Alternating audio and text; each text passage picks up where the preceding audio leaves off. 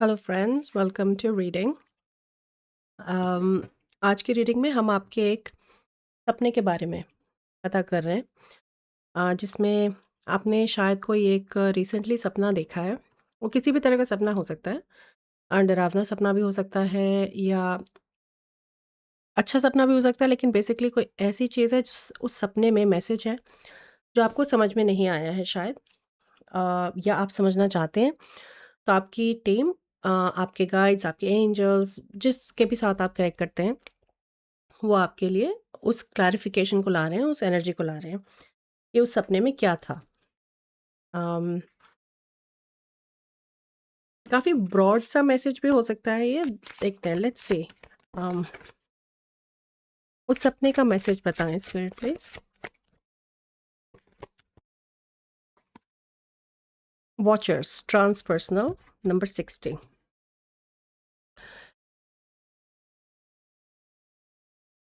इस सपने में एक मैसेज बहुत क्लियरली आ रहा है जो काफ़ी ज़्यादा लोगों के लिए कलेक्टिव में रिफ्लेक्ट हो रहा है कि सपने में आपने जिसे जैसा देखा वो वैसा था नहीं।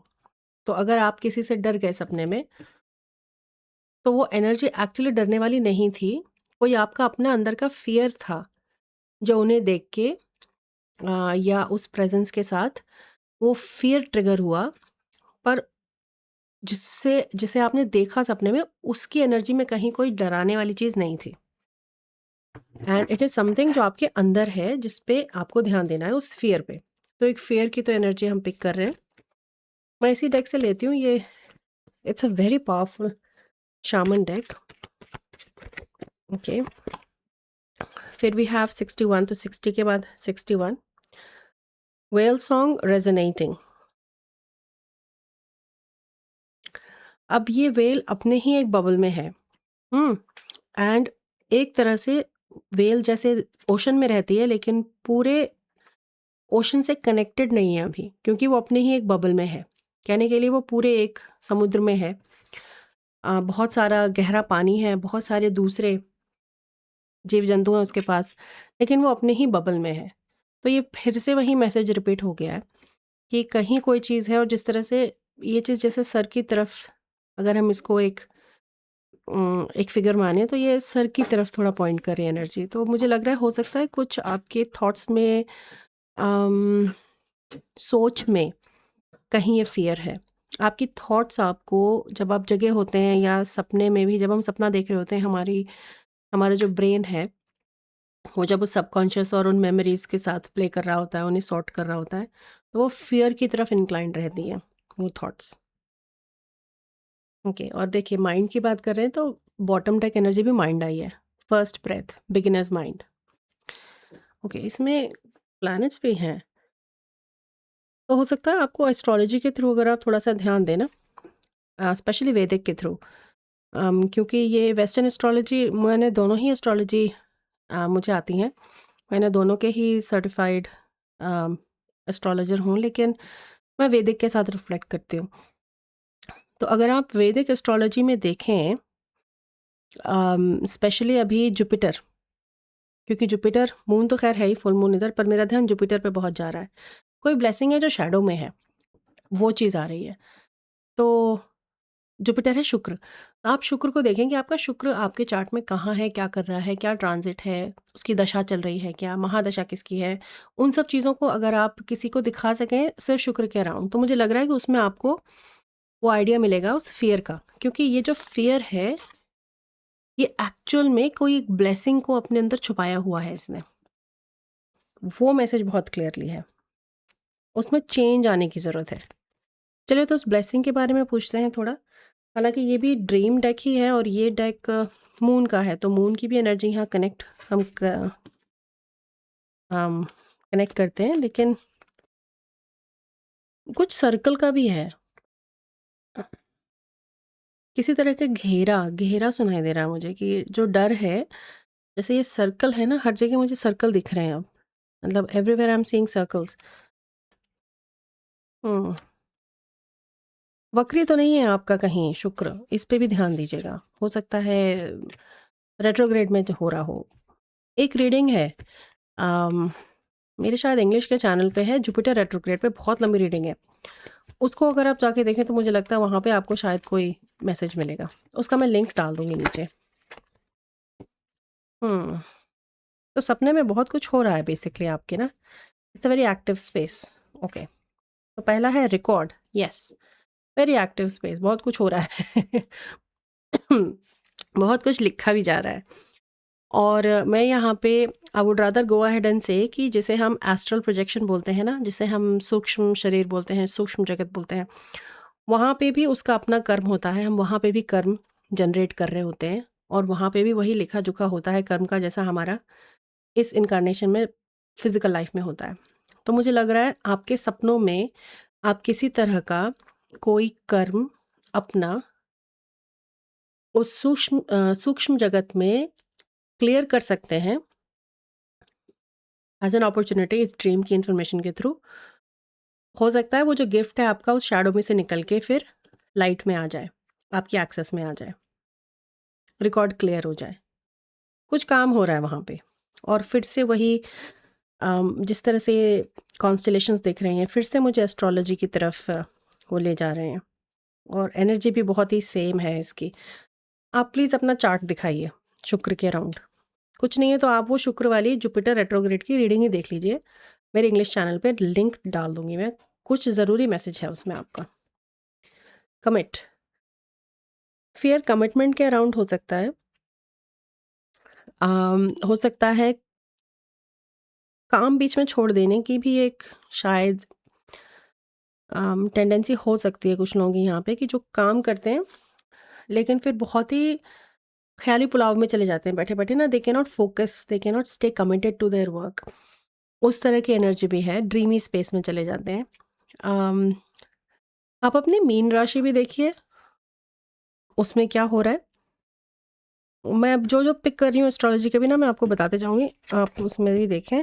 कंपैशन, सॉरी, ये बहुत ही एक पॉजिटिव उसकी तरह से है कि ये एक साइड नोट की तरह से है message, actually positive side note की अपने आप को, अपनी उस फ़ियर को, शैडो को बहुत नेगेटिवली मत लो। अपने लिए अच्छा सोचो, हैव कंपैशन फॉर योरसेल्फ।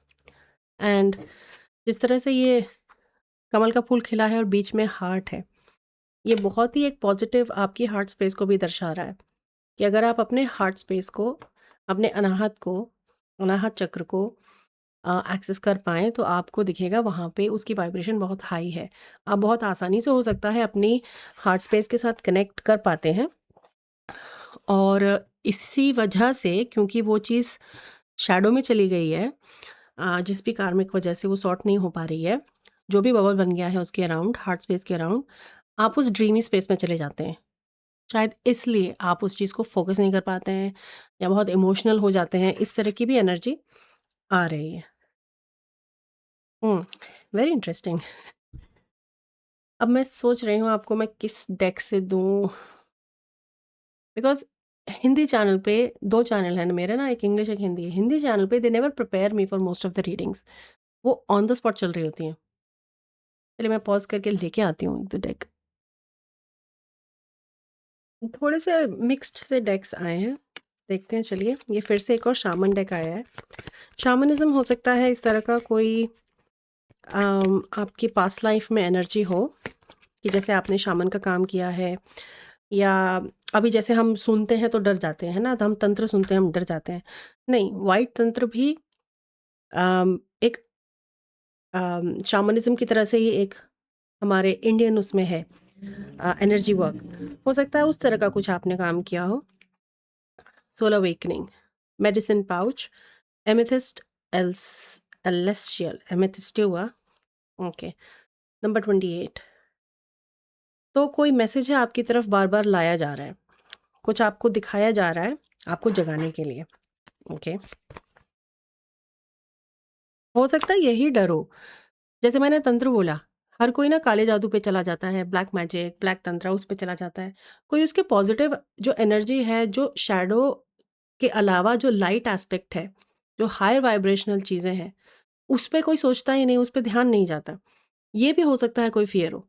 जैसे रेकी हुई, मैं रेकी के साथ काम करती हूँ, मेरे साथ ज़्यादातर एक्सपोज़र यही है कि इसमें किसी तरह का कोई नेगेटिविटी है, कोई रेकी एनर्जी में कोई ब्लैक मैजिक है। अब जब आपने उसे एक्सपीरियंस ही नहीं किया और आपको पता ही नहीं और ट्रस्ट आप कर नहीं रहे, तो वो फ़ियर कैसे निकलेगा, है ना? उसके लिए कुछ आपको कदम बढ़ाना पड़ेगा।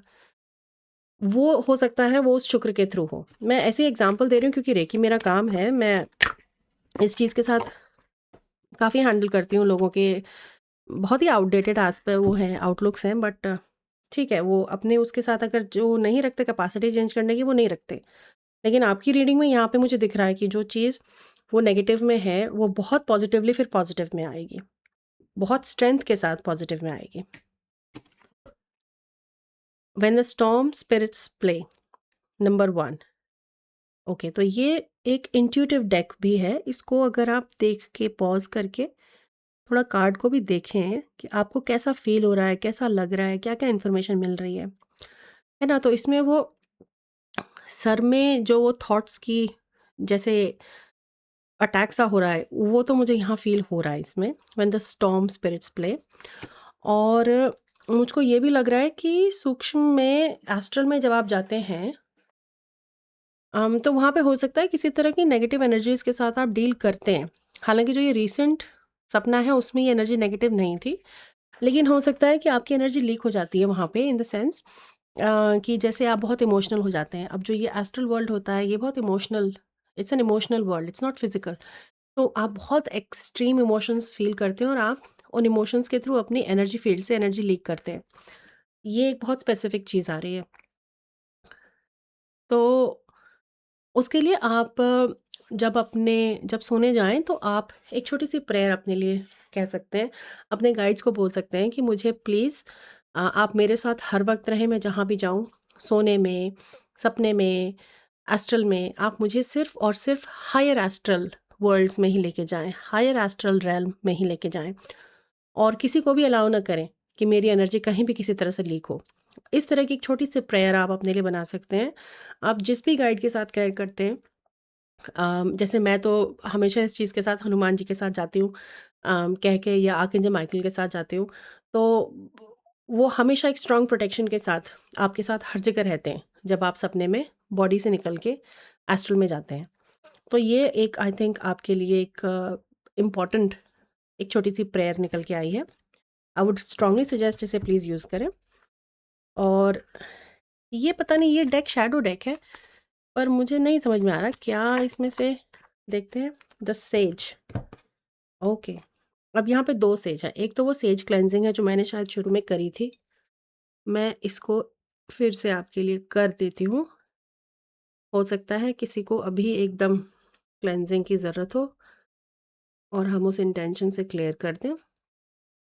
आप इस तरह की क्लियरिंग के लिए मेरे इंग्लिश चैनल पे जा सकते हैं। वहाँ पे 5 मिनट की रेकी ग्रिड हर रीडिंग के बाद आपको मिलती है। जो बाद की रीडिंग्स हैं उनमें मैं डालती हूँ। वो स्पेस आप यूज़ कर सकते हैं, कितनी भी बार आप रेकी वहाँ पे रिसीव कर सकते हैं। आप जितनी बार भी बोलेंगे, जो इंटेंशन, जो क्लियरिंग बोलेंगे, वो उसी वक़्त के लिए रेकी आपके लिए काम करेगी। Reiki is beyond space and time. तो उस वक़्त जो आप डाल रहे हैं इंटेंशन, वो उसी वक़्त के लिए रेकी की हीलिंग में आपके काम आएगा, उस क्लियरिंग में। तो उसको आप यूज़ कर सकते हैं। और दूसरा जो ये सेज है यहाँ पे, ये उस एनर्जी का जो मिले थे ना आपसे, वो एक्चुअल में कोई बिग शॉट थे, कोई बड़ी आत्मा थे वो जो आपसे मिले और जिनके प्रेज़ेंस में आते ही आपका वो फ़ियर जो है, या जो भी आपने उसमें रिएक्ट किया, वो खुल गया, सामने आ गया। उनकी प्रेज़ेंस में वो छुपा नहीं रह पाया। शायद वो इसलिए आए थे और वो दिखने से उसमें कहीं अब आपके अंदर एक ये कहते हैं ना, मंशा है, एक अंदर एक डाउट आया है, सवाल आया है और आप इस रीडिंग तक पहुँचे हैं कि उस सोल अवेकनिंग को फ़ॉलो करते हुए कि ये हो क्या रहा है, यहाँ पे मुझे करना क्या है। तो डेफ़िनेटली क्योंकि यहाँ पे आपका कर्म इन्वॉल्व्ड है एस्ट्रल में, तो डीलिंग्स भी फिर उनकी हो रही हैं जो आपकी हेल्प कराना चाहते हैं और इसीलिए एस्ट्रोलॉजी भी यहाँ पे इन्वॉल्व उन्होंने करी है। Very nice. चलिए, मैं जल्दी से आपको अभी एस्ट्रल, ओके, मैं टैरो बोलने वाली थी पर मैंने एस्ट्रल बुलवाया उन्होंने, तो मैं एस्ट्रल के लिए आपके टैरो से निकालती हूँ कुछ 8 ऑफ कप्स, कुछ ऐसी बातें हैं जो आपको जिसमें लेट गो करना है, ओके, इमोशनल लेवल पे, ओके। जो अगला ग्रहण आ रहा हो ना, वो इम्पोर्टेंट है। स्पेसिफिकली एस्ट्रोलॉजिकली उस ग्रहण के टाइम आपका शुक्र क्या कर रहा है वो देखना इम्पोर्टेंट है, ओके। क्लियर थिंकिंग इम्पॉर्टेंट है, किंग ऑफ थॉट्स की तरह। उन थॉट्स को अटैक नहीं होने देना है, अपनी थॉट्स को कंट्रोल करना है, वो इम्पॉर्टेंट है। इसमें अफर्मेशंस बहुत काम आते हैं फ्रेंड्स, पॉजिटिव अफर्मेशंस। कुछ भी उल्टा सीधा दिमाग में चल रहा हो ना, सडनली आप वो बात करने का तरीका बदल के मुंह पे आ जाओ, अपने मुंह से बोलो और पॉजिटिव अफर्मेशंस बोलो अपने लिए, तो आप सोच नहीं रहे होते हैं। सेल्फ टॉक ही अगर आप कर रहे हैं पॉजिटिवली अपने लिए, वो भी उसका इफेक्ट आता है, तो उसका इम्पोर्टेंस है। अपॉर्चुनिटी है, स्पिरिट आपको ये अपॉर्चुनिटी दे रही है, स्पिरिट नहीं दे रही है एक्चुअली, कार्मिकली आपके लिए ये अपॉर्चुनिटी भी आई है, तो स्पिरिट आपका, आपकी टीम आपका सिर्फ उस पर ध्यान ध्यान दिला रही है उस लकी टाइम के लिए, कि ये कितना इम्पोर्टेंट टाइम हो सकता है इस क्लियरिंग के लिए। Very nice, very nice. मुझे लग रहा है अब मैंने शफल किया जब, तो बॉटम डेक ये था, मैंने वापस शफल करके देखा तो वापस यही था, तो यही आपका फिर लास्ट कार्ड है। अब इस कार्ड को रखते हुए मुझे आपको एक इम्पॉर्टेंट मैसेज ये देना है जो कि बहुत स्ट्रांग है। क्वीन ऑफ वॉन्ड्स के आने से पहले जैसे मैंने उसे हटा दिया कि शायद ये बहुत हैवी हो जाएगा, हर कोई नहीं रेजोनेट कर पाएगा, पर वो चाहते हैं, आपकी टीम चाहती है कि मैसेज आप तक पहुँचे। तो यहाँ पे मैसेज आपकी कुंडलिनी के अराउंड है, कि आपकी कुंडलिनी इसमें इन्वॉल्व है। अम, आपकी कुंडलिनी चलने के लिए, जागृत अवस्था में आने के लिए तैयार है। छोटे-छोटे हो सकता है कुछ इस तरह के एक्सपीरियंसेस आपको हो रहे हों, और अगर स्पेसिफिकली अगर आप मेरी सलाह जानना चाहें इस बारे में कि मैं किस तरह से अपने क्लाइंट्स के साथ काम करती हूँ, या मेरी अपनी कुंडलिनी की जर्नी किस तरह से रही है। अगर कुंडलिनी जागृत अवस्था में है, चल रही है, या कुछ भी इस तरह का चेंज उसमें फ़ील हो रहा है, पर उसमें वो क्लियरिंग करते हुए आपको तकलीफ़ हो रही है, किसी तरह की आप फ़िज़िकल पेन में हैं, तो आपको अपने इडा पिंगला के बैलेंस पे ज़रूर ध्यान देना है, और उसके लिए सबसे अच्छा तरीका होता है प्राणायाम। तो इस इन्फॉर्मेशन को आप ऑनलाइन ढूँढ सकते हैं, कि कभी इडा ज़्यादा चल रही है या पिंगला ज़्यादा चल रही है। पिंगला चलती है तो काफ़ी बर्निंग, अग्नि बढ़ जाती है शरीर में। इडा चलती है तो ठंडक बढ़ जाती है। डाइजेशन में दिक्कत होने लगती हैं जब पिंगला बहुत चलती है, अल्सर होने लगते हैं। इस तरह की चीज़ें हैं जो मुझे काफ़ी मालूम है, क्योंकि मैंने इस तरह का काम खुद किया है, और मैं कराती भी हूँ, इस तरह की हेल्प में भी रेकी के थ्रू हेल्प देती हूँ, और जिन्हें रेकी के बियॉन्ड हेल्प चाहिए उनको उस तरह से भी, जो क्लोज़ क्लाइंट्स हैं उनको हेल्प देती हूँ। पर लेकिन अगर इस तरह की फीलिंग आपको लग रही है कि आपको कुंडलिनी के अराउंड कुछ इन्फॉर्मेशन ऐसा कुछ हो रहा है, तो आपको वो पढ़ना चाहिए उसके बारे में थोड़ा-सा, और किसी भी ऐसी उसके पास ना जाएँ। मैं तो यही कहूँगी कि मेरे पास भी आने से पहले आप देखें, समझें क्या है, अगर आप पूछना चाहते हैं। ये बहुत सेंसिटिव मैटर होते हैं, इसमें इतना एकदम से किसी के पास अप्रोच नहीं करना चाहिए। जैसे ज्योतिषी के लिए भी मैं कहती हूँ कि हर किसी को अपना पतरा नहीं दिखाते रहो घूमना चाहिए। आपको किसी एक अच्छे ज्योतिषी के पास जाना चाहिए और उसी के पास रहना चाहिए। क्योंकि ये ज्ञान होता है, और ज्योतिषी कई जन्मों में पढ़-पढ़ के तब एक बार ज्योतिषी बन के काम शुरू करते हैं। ज्योतिष एक ही जन्म में जैसे नहीं सीख लेते, ऐसे ही कुंडलिनी का काम भी एक ही जन्म में हम नहीं सीख लेते। तो कोई आजकल हर जगह खुल गए हैं छोटे-छोटे कैंप, आपकी कुंडलिनी जागृत कर देंगे, ये कर देंगे। ये सब इन सब चक्करों में आप ना पड़ें, ये मेरा बहुत ही पर्सनल एडवाइस है आपके लिए। आप खुद इसमें थोड़ी अपनी जानकारी बिल्ड करें। आयुर्वेद में भी थोड़ा देखें, मुझे लग रहा है कुछ लोगों को आयुर्वेद या नेचुरोपैथी से भी फ़ायदा हो सकता है। और अगर आप पर्सनली मुझसे कनेक्ट करना चाहें तो मेरा ईमेल है guidancefromdivine@gmail.com, आप उस पे कनेक्ट कर सकते हैं। फिर देखते हैं आगे अगर किसी तरह की मैं कैसे हेल्प कर सकती हूँ आपकी। और पर इस पे ध्यान दें थोड़ा-सा, क्योंकि कुंडलिनी का चलना और ये जो चीज़ें होती हैं, ये कार्मिक साइकिल्स के अराउंड भी होता है। कभी-कभी जब कोई कार्मिक साइकिल कंप्लीट होने वाला होता है, या कार्मिक डेट खत्म होने वाला होता है, तो सडनली कुंडलिनी की अवस्था में भी फ़र्क दिखता है। तो वो बहुत ही पर्सनल यूनिक जर्नी होती है, उसे एक जनरलाइज़्ड वे में नहीं बता सकते। बट लेकिन येस, ये क्योंकि इम्पोर्टेंट मैसेज था, इसलिए मैंने एक्स्ट्रा 5-10 मिनट लिया आपको सिर्फ बताने के लिए। तो आई होप इट वाज़ कि बहुत लंबी नहीं होगी ये reading. And thank you so much. आप चैनल पे आते हैं, वीडियोज़ देखते हैं, लाइक सब्सक्राइब करते हैं। Thank you so much for your presence. Please उस 5 मिनट की रेकी ग्रिड पे आप किसी भी वीडियो पे जाएँ जो लेटेस्ट चल रहे हैं, और उस पे आप ट्राई करें उस रेकी के ग्रिड को और देखें आपको कैसा लगता है, कैसा फ़ील करते हैं। एंड आप ट्राई करिए, फिर मुझे बताइए एंड वी विल कनेक्ट, अगर आप कनेक्ट करना चाहें तो। और आपकी अगली रीडिंग में तब तक I will you take care and I will connect with you in your next reading. Till then, take care. Bye bye.